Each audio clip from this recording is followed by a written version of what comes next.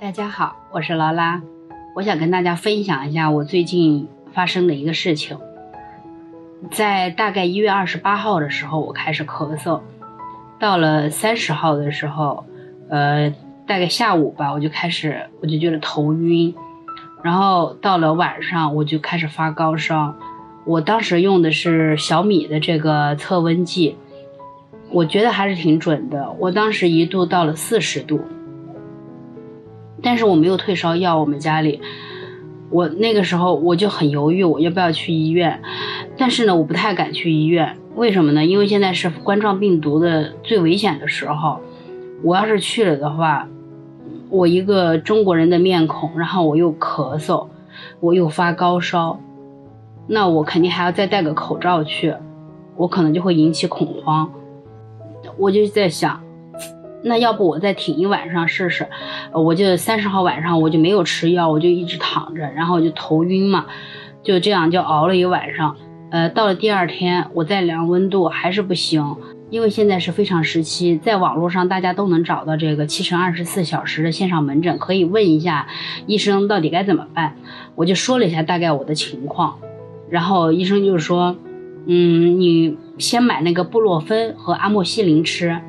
然后我就叫我老公去药店买了这2种药回来。我第一次吃下阿莫西林和布洛芬的时候，过了一会儿我觉得开始慢慢的退烧，然后我就一度已经是到了38点几度，然后到了过6个小时要吃第2次，然后我又量还是40度，而且就是一度已经到了40.6度。当时已经是31号的晚上了，我就跟我老公说，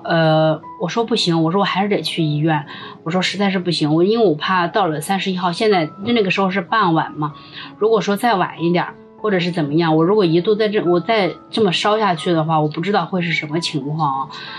我没有办法，我只能是去医院。当时我就起来洗漱了以后，我就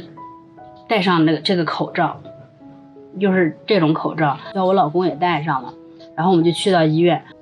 说实话，当时我们戴着这个口罩进医院的时候，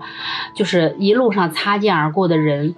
虽然不是很多，但是我都能感觉得出来他们就是那种异样的表情。就到了那个急诊挂号那里的时候，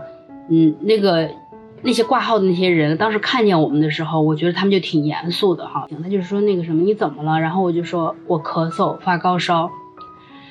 当时我说完以后，我心里我就觉得是，你说这个怎么闹？就我这个病毒，我这个症状跟这个冠状病毒的这个症状也简直就是一模一样啊！我该怎么解释？好，然后当我们挂完号以后，他叫我们等待的，然后他说你们去那边坐着等着。但是呢，我当时我就跟他们说了一下，我说最近我没有回中国，也没有接触中国来的人，我说我不是冠状病毒，请你们不用太担心。然后那个挂号的那个人一听我这么说，一下子就放松，你知道吗？就说哎呀没有，我们不会担心的，我们没有那个意思。然后但是我感觉得出来他们那种放松，你知道吗？好，然后就让我们去那边坐着等摇号。结果好，到了我们以后，然后它是会有先的一个就是那种初诊吧，它有个先的一个初诊，然后我就被叫到一个小房子里去，然后那个医生就给我量了一下体温。当时我是刚吃完第2次布洛芬和阿莫西林嘛，他就给我量了一下体温是38度，然后我跟他说咳嗽，结果后来他就说好，那你等一下，那你再去外面再等着，一会儿就叫你。好，我们就去外面等着，很快就到我们了。在乌拉圭看病，说实话没有像在中国那么就是人多，他那些急诊或者是去医院，因为毕竟这个国家很小，人很少，所以说在这里看病不会像在国内那样排很长很长的队等很久。那很快我们就被叫到了那个医生的办公室。进去的时候，因为它是有一个那个小小的一个走廊，我们走进去的时候呢，我们都戴着这个 N95 口罩，就引起了一阵，就是大家看见我们了，就是那些人跟我们看见我们了，但是呢就是假装镇静的那种走过去，你知道吗？就是其实可能心里非常非常忐忑，但是为了不显示出来，但是都是那种假装镇静的就走了过去，我们都是能感觉到的。好，然后我们就经过走廊的时候，然后就看见了一个中年的男医生。他看见我们的时候，他脸也很严肃，但是他没有什么表情。然后呢，我就走进了那个分配给我进的那个诊室。我刚进去是一个年轻的女医生，然后那个女医生看见我呢，就对我伸出手来要跟我握手。我正在犹豫要不要跟他握手的时候呢，然后我背后就是那个刚才看到那个中年男医生就叫他，就把他给叫出去了。然后那个医生就说，那你们等一下，我出去一下。然后他就关门出去，然后我就跟我老公说，我说你信不信？我说他肯定是去戴口罩去了。然后大概等了几分钟吧，我估摸着那个口罩都是现找的。然后那个医生果然进来的时候也带了一个 N95，然后他就跟我说，他说不好意思，他说这是要求。我说没事。然后就开始询问病情，就是说我最近没有回国，因为我已经好几年没有回国了，然后我也没有接触从国内来的人。其实当时说这个话的时候，我心里是有点忐忑的，因为20号那天我是去了那个首都去拍视频，因为在春节的时候，为了庆祝中国春节的活动，河南省艺术团到我们这里来演出。我为了拍视频呢，我就去到了蒙市。去蒙市拍完视频的第2天是大使馆的庆祝春节的，就是一个那种聚餐活动。我当时呢也去了，那里呢就当然大部分就全是我们中国人。我当时不知道在这个环境中我有没有感染到病毒，但是呢我没有跟谁特别亲密的接触，我们都是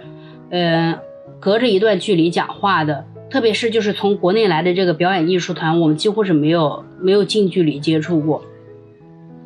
所以呢我还是跟医生说，我说我没有接触到从国内来的人。我开始以为会给我验个血拍个片什么的，但是都没有。他就是给我到处听，用他那个听诊器到处听，周围就是一圈都给我听了我的肺，然后又叫我张开嘴啊这么检查。然后当我张开嘴，他看我喉咙的时候，他说你这个里头被感染了，有那个白色的那个被感染的那个东西。他给我检查喉咙的时候呢，让我打开过口罩。当时他跟我说，他说你放心没有问题，他说你戴着口罩，我也戴着口罩，他说没有任何人会被感染。他说现在你把口罩摘下来，我要检查一下你的喉咙。然后好，我才把口罩打开，然后让他给我检查。然后当他在就是摸我的肚子的时候，他也会提前的跟我说，他说我现在要触摸你的肚子，可能会有一点疼，如果有疼的地方你告诉我。他都反正我觉得医生都很温柔，也很仔细，我觉得还是挺详细的，然后问的也很详细。就是没有验血也没有拍片。好，最后然后在最后的时候他问我，他说你最近有没有吃过蝙蝠或者是蛇？我当时我就说，我说对不起，我说我们中国人不吃蝙蝠，我说那是谣言，我说我更没有吃过蝙蝠和蛇。然后那个医生就特别不好意思。后来当检查到后期的时候，他就把他那个 N95 口罩给摘了下来啊，他就说没事儿，他说你没有感染新型冠状病毒，他说你没有，他说不用担心，然后他自己就把那个口罩就摘下来了。后来在我们走的时候，然后他就开始给我开药嘛，他就给我开了3种药，一种是退烧的，我不知道叫什么名字，还有一种是那个阿莫西林，但是比我买的那个剂量要大1倍，我吃的是500毫克的，他开给我的是1克的，然后还有一个是止咳糖浆。然后为了就是他生怕我们就是不知道该怎么服用那个药，然后又很仔细的告诉我们该怎么服用那个药，然后又给我们分别的，然后又标明了很详细的解释。我觉得在我身上吧，他大概就花了半个多小时，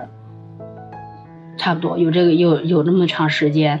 反正都挺仔细的。然后我走的时候他还要跟我握手，但是我拒绝了。为什么呢？因为我不管，我虽然不是这个新型冠状病毒，那我是流感的，我也是有病毒的，我就不想再传染给别人。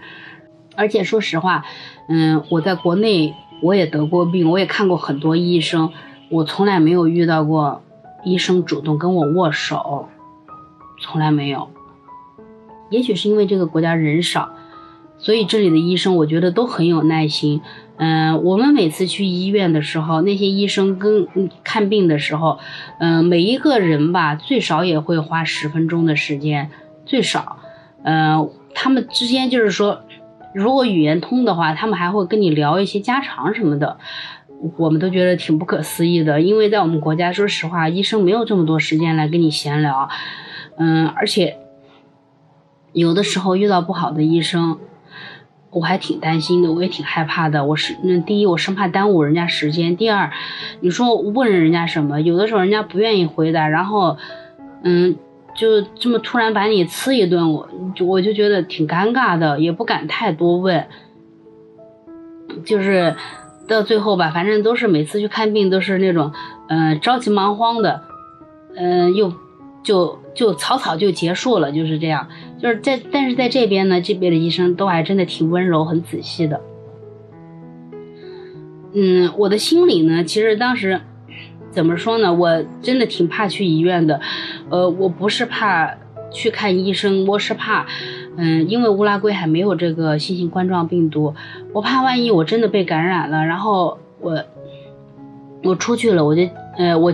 去了我就出不来，我就被隔离了，或者是万一我又发生了什么不好的事情。在我发烧的第一天晚上，我想的挺多的，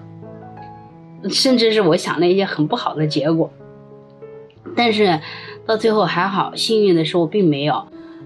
我当时去医院的时候，你知道吗？我都是匆匆忙忙就起来洗漱了，然后我是把我把我那个，我还带了浴巾，我还带了我的电子设备，比如什么我的 pad 呀，我的那个手机，我的充电线呐，这些我都带好了。因为我怕我一进去人家就要把我隔离起来。我都是把这些东西我都带好了，然后我洗漱好了，我才跟我老公说，我说走吧，我说我想去一下医院。然后后来他说你拎这些东西干嘛？我说万一我要被隔离了呢？如果像我这样的得了咳嗽发烧，那你一定先去看。如果我提前1天吃药的话，我不会那么难受。我当时其实我是等于说是我多受了2天的罪，太难受了。而且在这个过程当中，我不断的就是有很多的想法，自己吓自己，导致当时心情真的也挺糟糕的，我不知道该怎么办。而且我怎么说呢？我说出来可能大家会觉得有点好笑。我就是觉得，我当时不想去医院，还有一个原因是因为，如果我真的得了这个冠状病毒了，我不想就是说去的时候，然后人家一确诊，就说，那个有一个中国女人在我们这里得了新冠状病毒了，然后给我们国家带来这个，我当时觉得这个有点给国家丢脸，哎呀，我也说不清楚我的这种想法，反正就是我就是不太想去，我觉得不想去丢人现眼。其实这种想法是不对的，最关键是不管是什么，你早点去治，都会少一份这个病毒的传播。我希望就是每一位在海外的华人都能够保护好自己，不管是身体还是心理。我们虽然就是说我们虽然不能给国内帮什么忙，但是最起码就是照顾好自己。我听说了就是海外的一些华人受到了歧视，我不知道该怎么说。我觉得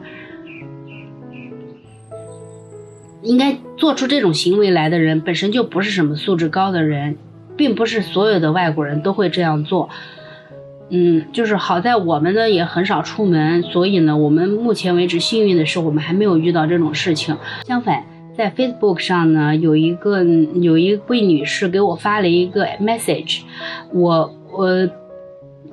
没有见过她，但是呢她是住在我们这个 Maldonado 的这个小地方的人，她就给我发了一个信息，她就说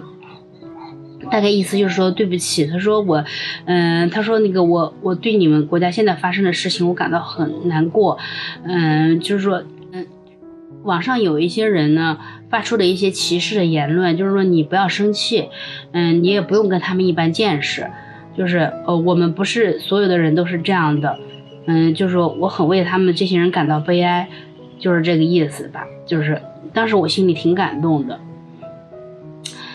说实话，就是在乌拉圭我们遇到的排外就是排华的这种事情，我们几乎是没有遇到过。乌拉圭人大部分都很好，甚至这里有很多人都在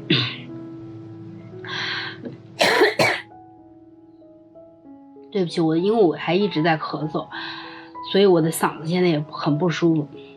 我在这里遇到的很多乌拉圭人都很好，他们呢，大部分还在学习中文，学习武术，我相信这个事情很快会过去。中国加油！中国加油！中国加油！加油！在乌拉圭平时去医院看病的顺序呢，是跟国内是相似的，就是你先呢第一次上去挂号，挂号的时候你就跟他说你要挂一个哪天的那个医生，大概什么日期，上午还是下午，或者是你有指定的医生，你想去挂哪个医生，你可以说出他的名字，然后在可以安排的日期内，然后约定好。但是呢，有一个不一样的地方是，虽然说乌拉圭人少，但是他的医生也很少，而且他的医生的这个工作的这个强度跟国内是没有办法比的，他每天他就看几个病人而已。那么也就是说，你不一定在想要的时间内约到你想要的医生。如果你想这么做，那你就尽早的去挂号，才能得到这样的结果。当你挂好号以后，那就只要等待就好了，到时间去看病。如果说要检验血啊什么的，那就等医生再给你开单子，跟国内一样开单子，然后你再去付钱。验血呢不用预约，验血呢就是只要是早上去就可以。好，那就是验完这些东西以后，然后你再去挂号，再去约医生看这个结果。这个顺序呢跟国内是一样的，但是呢就是时间肯定会比国内长。我们每次去看病呢，挂号费大概是25块人民币左右，然后每次拿药呢，他这里拿药很奇怪啊，就是在我们有保险的情况下，我们就是拿的所有药，他每一种药他都给你按199比索算。就是我当时是拿了2种不同的药，我说为什么这个价格都一样？后来我们去问他，就是说，对，他说因为我们有保险，所以说这个价格都一样，就是199比索每一种，每一盒，就是这个价格，就差不多人民币37左右吧。那么我这次去看急诊呢，他的那个给我开了3种药，每一种呢都是177比索，就大概是34人民币左右。挂号费呢，它要比那个我们平时呢要翻，大概贵1倍左右吧。就是急诊的挂号费要比平时的挂号费要贵，但是他看得快啊，所以说我觉得这样也挺好的。在乌拉圭，我们现在是因为我们是在国家交了那个医保和养老保险，所以呢，他会让你指定一个私立医院，那你就每次生病都去这个私立医院去看病。然后在这个交费的过程中，挂号费、这些检验费，还有这个药品费，这些都是你必须要自己出的。但是可能是因为这个医保的关系，他会给你扣除掉一部分。我们之前去看门诊，每次拿药，不管什么药啊，就是我拿了我曾经拿过的几种药，他都给我按每一种药每一盒按199比索算。我当时是不知道什么原因，我在想说为什么这些药的价格全都是一样，都是199比索。结果后来我们问了以后才知道，就是说这个跟我们的保险是有关系的。那么如果说你需要住院，这个住院以后的费用是全免的，就住院以后的费用你1分钱也不用出。如果你需要做手术，也是不需要你出任何费用的。我曾经之前是做过一个小小的手术，我去看医生的时候，医生说我需要做一个小手术，然后医生就告诉我说什么时间，然后什么地点，你去那里做手术就可以了。这个时间大概是安排在1个月以后，然后我去到那个就是他那个手术室外面，然后他就在那儿等着，然后他就叫我进去，就做了个小手术，然后1分钱也不用付就走了。因为我之前也听另外一个人说过，他们是从就是叫的救护车进医院，然后又在医院做了手术，住了医院，然后医院又给他们提供吃的，也有人帮他照顾，还有人帮他洗澡，然后再回到家中来，然后这个医生会就是定期的上门来回访，这些钱就是1分钱都没有出，从救护车开始到后来结束就是1分钱都没有出过。当然如果你不买保险也是可以的，你只要是在这边你也可以去免费的公立医院。我没有去过公立医院，但是我听说公立医院人挺多的，但是不管怎么样，你看什么病都是免费的，这点我觉得比较好。如果说你没有钱的情况下，又有一个地方可以给你看病，我想这个可能是一个让人觉得很心安的事情，让人觉得是一个很有保障的事情。那今天就说到这里吧，就说我这个病在这个关键时候来的特别巧，我就想跟大家分享一下这个事情。我也不知道有没有什么遗漏，反正今天就大概说到这里，谢谢大家的观看，再见吧。